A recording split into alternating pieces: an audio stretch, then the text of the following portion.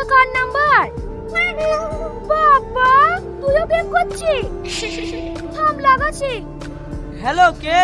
কালকে বৃষ্টির জন্য যাদের বাড়িতে আশ্রয় নিয়েছিলেন না, আমি সেই বলছি। সত্যি বলছো? বলছি তুমি আমার চিঠিটা পড়েছো? হ্যাঁ, পড়েছি বলেই তো ফোন করছি। না হলে তোমার নাম্বার কোথায় পাবো? ওই চিঠির উত্তরটা তো এখনো দিলে না। হ্যাঁ, আমিও তোমাকে অনেক ভালোবাসি, কিন্তু একটা প্রবলেম আছে। আমি এই ওসব কথা বলার দরকার কি? তুই বুবা জানলে ও তোর সাথে প্রেম করবে নাকি?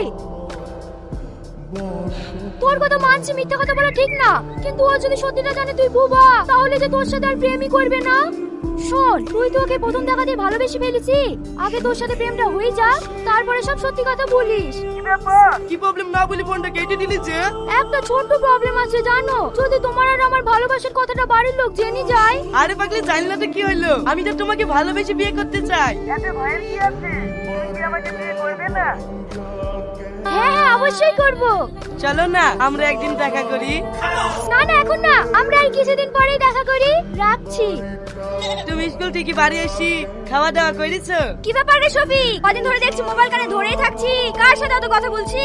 আমার একটা বন্ধু। বন্ধু বললে হবে? ওরকম সময় আমরাও পার করে এসছি। মেয়েটাকে তাই বল। সেই এক সপ্তাহ আগে তোমাকে একটা মেয়ের কথা বলেছিলাম না, সেই মেয়েটা। এখন না, পরে যা। তোর কথা শুনতে মন গেলে তো হবে না, আমি এখন ব্যস্ত আছি, পরে আসিস, যা। একটা কথা বলবো তোমাকে। হ্যাঁ বলো। আচ্ছা, তোমার কথাতে কি জাদু আছে বলো তো? আমি তোমার কথা শুনি প্রেমে পড়ে গেছি। বাবা, আজ আবার নতুন করে প্রেমে পড়লি নাকি? না না, সেরকম না। জানো, আমি যতই তোমার সঙ্গে কথা বলছি, আমি ততই তোমার প্রেমে ডুবে যাচ্ছি। হ্যাঁ। কি গো, কথা বলছো না যে? কেউ এসছে নাকি? না না, কেউ না। চলো না যা, কালকে আমরা পার্কে দেখা করি। আচ্ছা ঠিক আছে, কাল তাহলে আমরা দেখা করছি। এখন রাখছি। আচ্ছা ঠিক আছে সোনা, I love you. I love you two.